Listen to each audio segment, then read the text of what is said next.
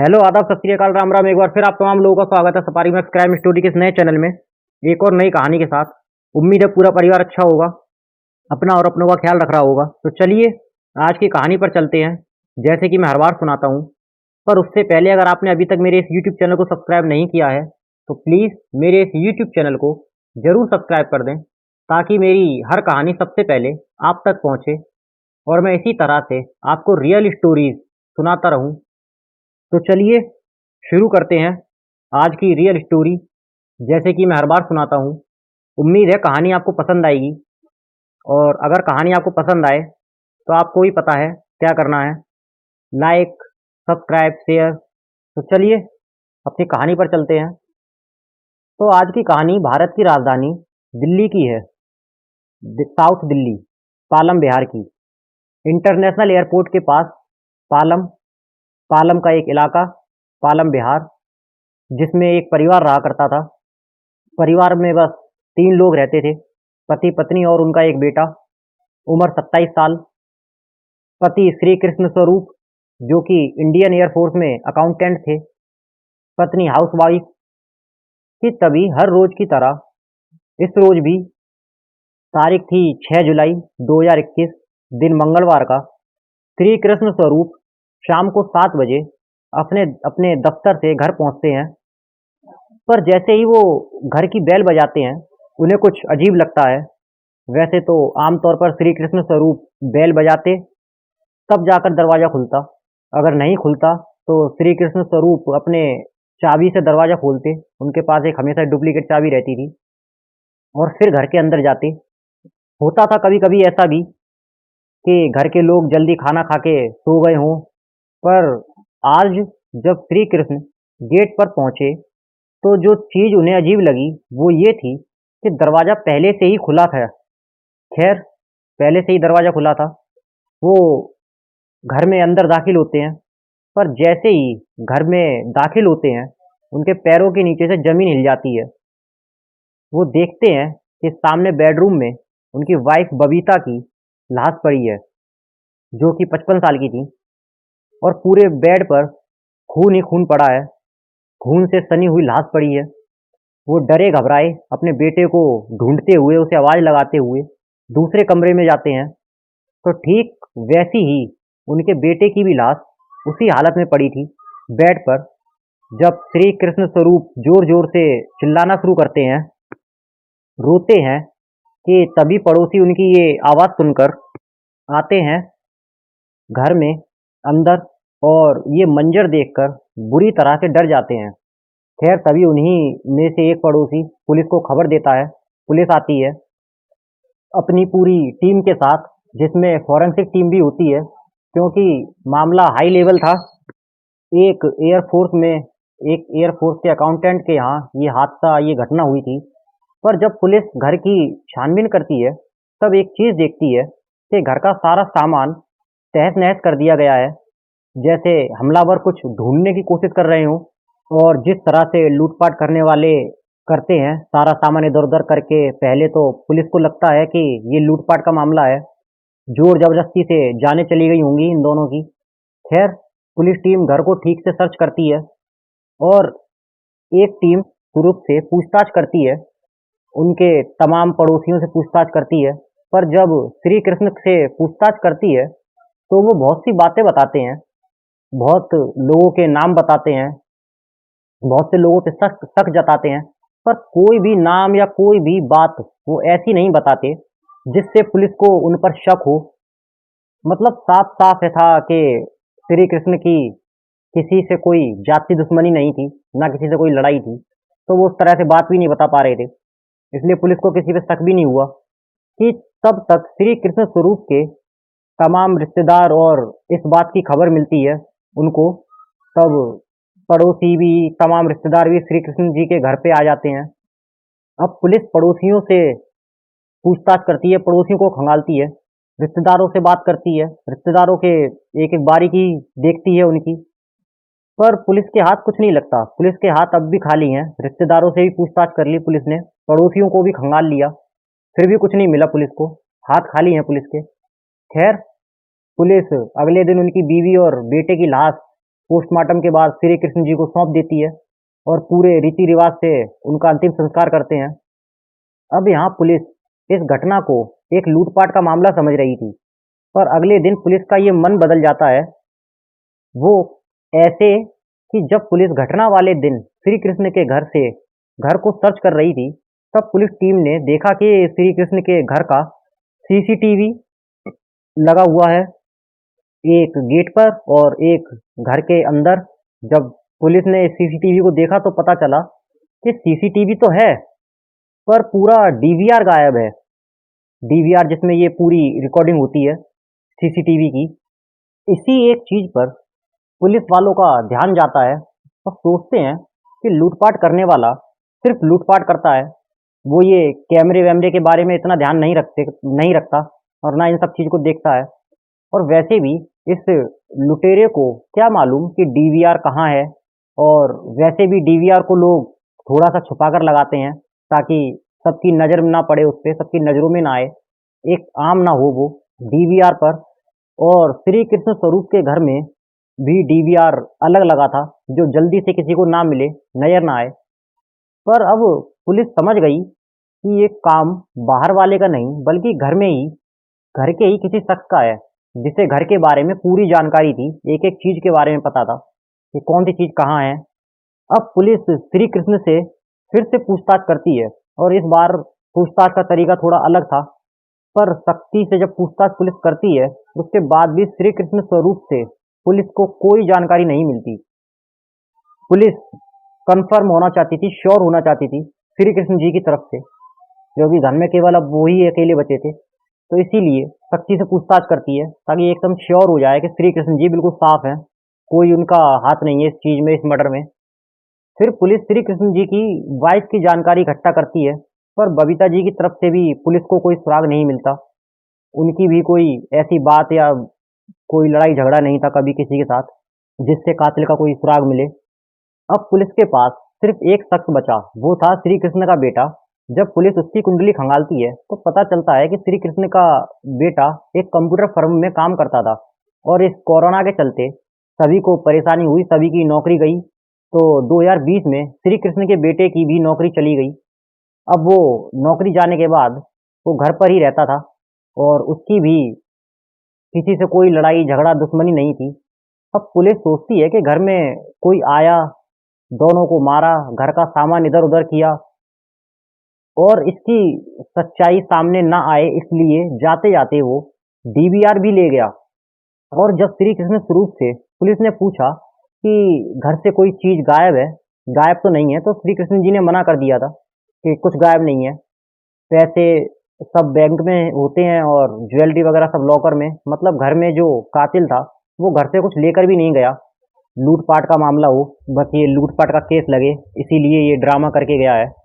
शुरू से नए सिरे से छानबीन करती है इस केस की, और पुलिस अब वहां के तमाम सीसीटीवी खंगालती है, क्योंकि श्री कृष्ण के घर का तो डीवीआर ही गायब था।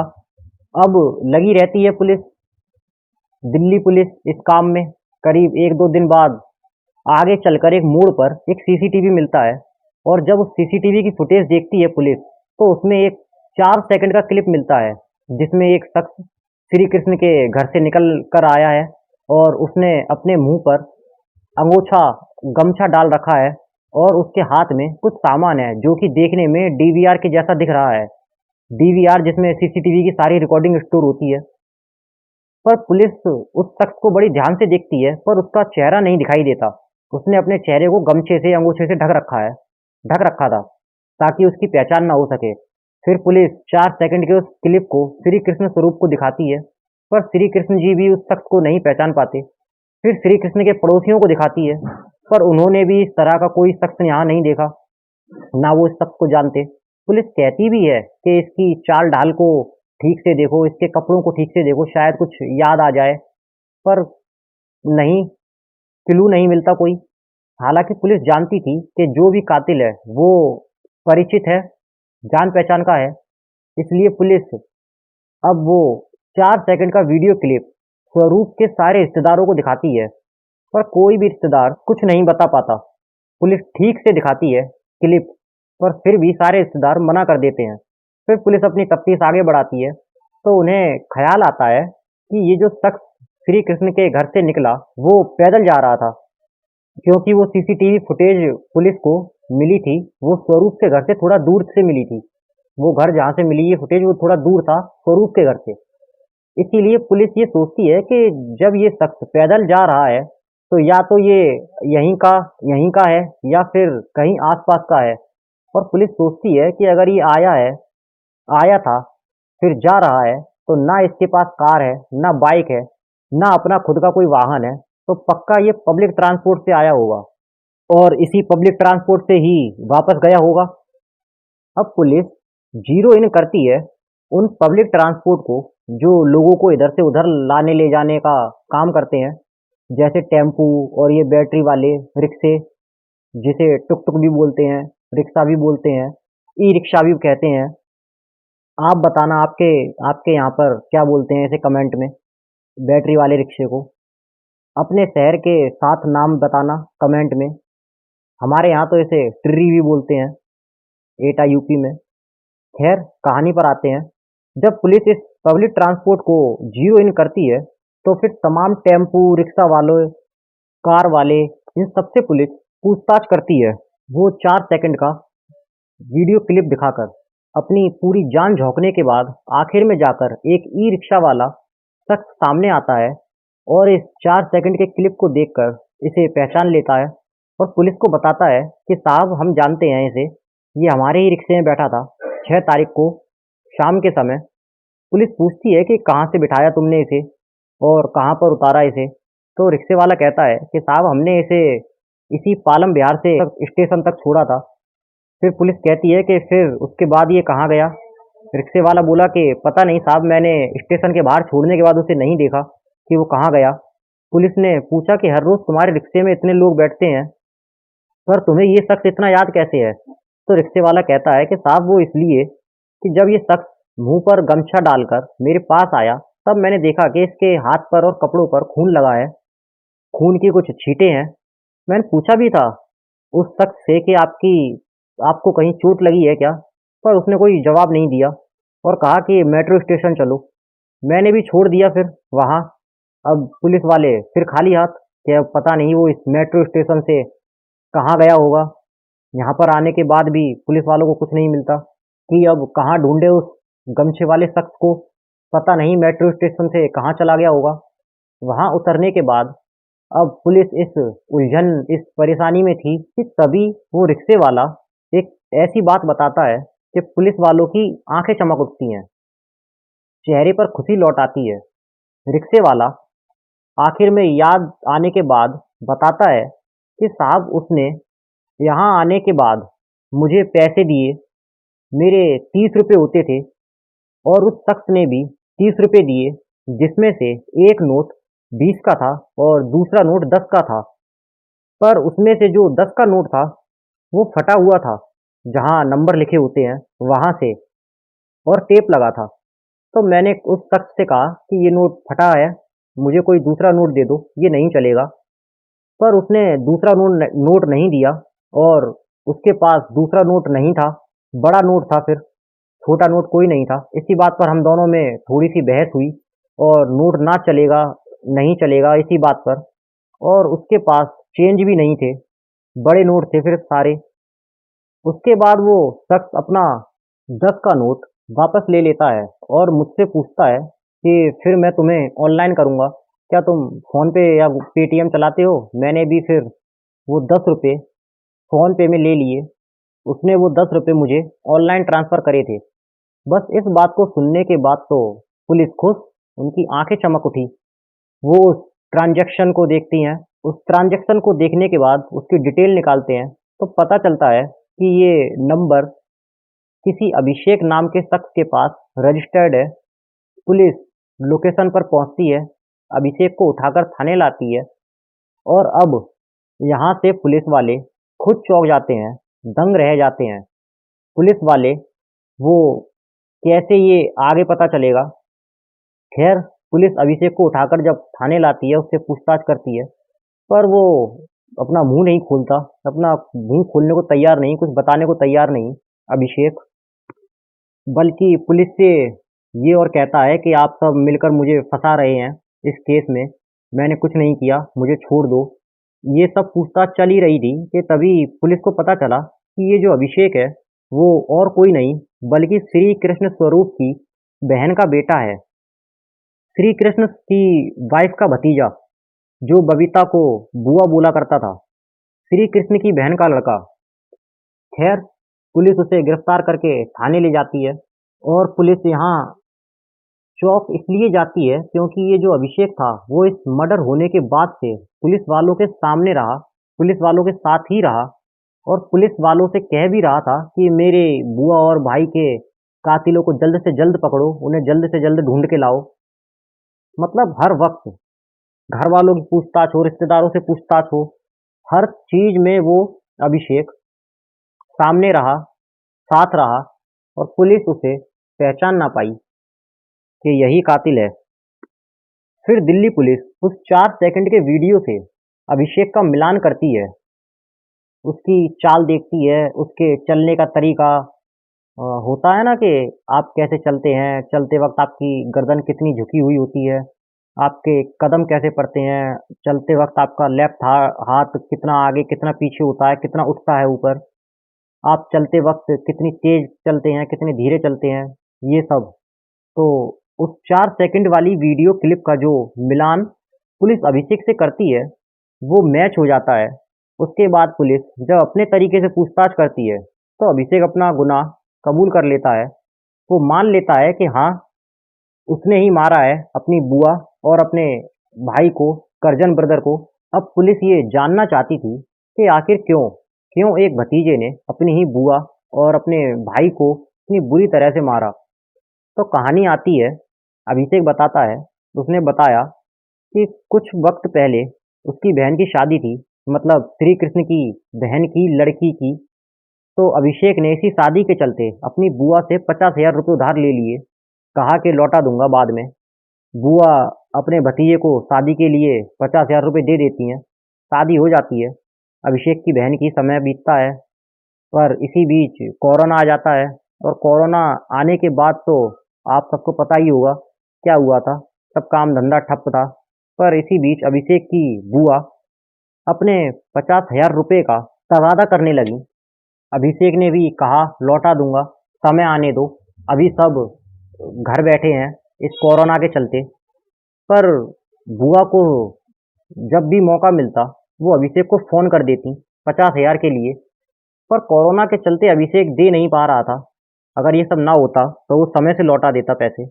फिर तभी अभिषेक घूमने के लिए अपनी बुआ के घर आता है और वो घर पर रहता है, दोपहर का खाना खाता है, खाना सब मिलकर खाते हैं। उसके बाद दोनों भाई बैठकर मूवी देखते हैं कि तभी बुआ को फिर से अपने वो 50,000 रुपये याद आ जाते हैं और वो अभिषेक से फिर अपने पैसों की कहती हैं। अभिषेक सोचता है कि बुआ मुझे जलील कर रही हैं, बुआ को सब पता है कि अभी माली हालत ठीक नहीं है, इसी वजह से समय पर पैसे नहीं दे पाया और बुआ बार बार ऐसे ऐसे में मुझसे अपने पैसे मांग रही हैं। बस इसी बात पर अभिषेक को गुस्सा आ जाता है और वो घर में पड़े डंबल जिससे बॉडी बनाते हैं उस डंबल को उठाता है और अपनी बुआ के सिर पर मार देता है। एक बार दो बार मारने के बाद बुआ वहीं बेड पर गिर जाती हैं। गिर क्या जाती हैं, लगभग मर ही जाती हैं। उसके बाद अभिषेक सोचता है कि घर पर मैं ही हूँ और तो कोई है नहीं, मैं पकड़ा जाऊंगा, भाई भी मेरा ही नाम लेगा कि मैंने मारा है।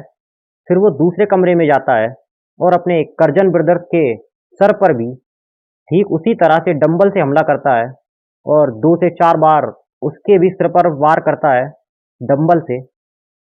दोनों की हाथों हाथ जान चली जाती है। उसके बाद अभिषेक घर का सारा सामान तहस नहस करता है, इधर उधर फैलाता है ताकि देखने में ये लगे कि लूटपाट का मामला है। और ये सब करने के बाद उसी 6 जुलाई 2021 को दिन मंगलवार शाम के 5 बजे अपनी बुआ के घर पर लगे सीसीटीवी कैमरे का पूरा डीवीआर ही निकाल कर अपने साथ ले जाता है ताकि पुलिस को कोई फुटेज ना मिले घर के अंदर की और ना ही घर के बाहर आने जाने की। और एक गमछे से अपना चेहरा छुपाते हुए बुआ के घर से निकल जाता है। एक पन्नी में उस डीवीआर को रखकर और आगे जाकर उस डीवीआर को तोड़ देता है और उसे कूड़े के ढेर में फेंक देता है। फिर अभिषेक वहीं से एक ई रिक्शा करता है मेट्रो स्टेशन के लिए और पैसे खुले ना होने की वजह से ऑनलाइन पेमेंट करता है और इसी से पकड़ा जाता है। 2 मर्डर करने के बाद आखिर अभिषेक क्या करता है आगे, सुनना जरा।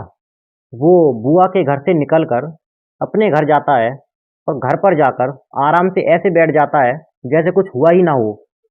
इत्तेफाक से श्री कृष्ण जी घर पहुंचते हैं और बीवी और बेटे की लाश देखते हैं और थोड़ी देर बाद तमाम रिश्तेदारों को ये खबर मिलती है और ये खबर अभिषेक के घर भी पहुंचती है क्योंकि अभिषेक की माँ श्री कृष्ण स्वरूप जी की बहन थी। तो जैसे ही ये खबर मिलती है वो सदमे में पहुंच जाता है, उसे यकीन नहीं हो रहा था, खूब रोता है और थोड़ी देर बाद उसी घर में जाता है जहां से अभी अभी वो 2 लोगों को मार कर गया था। वहां जाकर तमाम रिश्तेदारों के सामने रोकर दिखाना, ज़्यादा दुख दिखाना कि मुझे बहुत दुख है, ये दिखाना, हर जगह साथ में रहना, पुलिस की पूछताछ में हर जानकारी रखना, हर वक्त पुलिस वालों के सामने रहना, पर पुलिस वाले उसे पहचान नहीं पाए। उस वक्त हर वक्त साथ रहता है लेकिन आखिरकार सिर्फ एक गलती, क्या कि अगर वो उस बैटरी रिक्शा वाले को 30 रुपए ठीक ठीक दे देता, वो 10 का नोट फटा ना होता, तो अभिषेक तक पुलिस का पहुंचना फिर इतना आसान नहीं था। नंबर 2, उस 10 रुपए के फटे हुए नोट की वजह से उसे ऑनलाइन पेमेंट करना पड़ा और उसके दिमाग में ये बात नहीं आई कि ऑनलाइन पेमेंट के जरिए मोबाइल नंबर पता किया जा सकता है। उसके दिमाग में ये बात भी नहीं आई कि पुलिस इस रिक्शे वाले के पास पहुंच सकती है।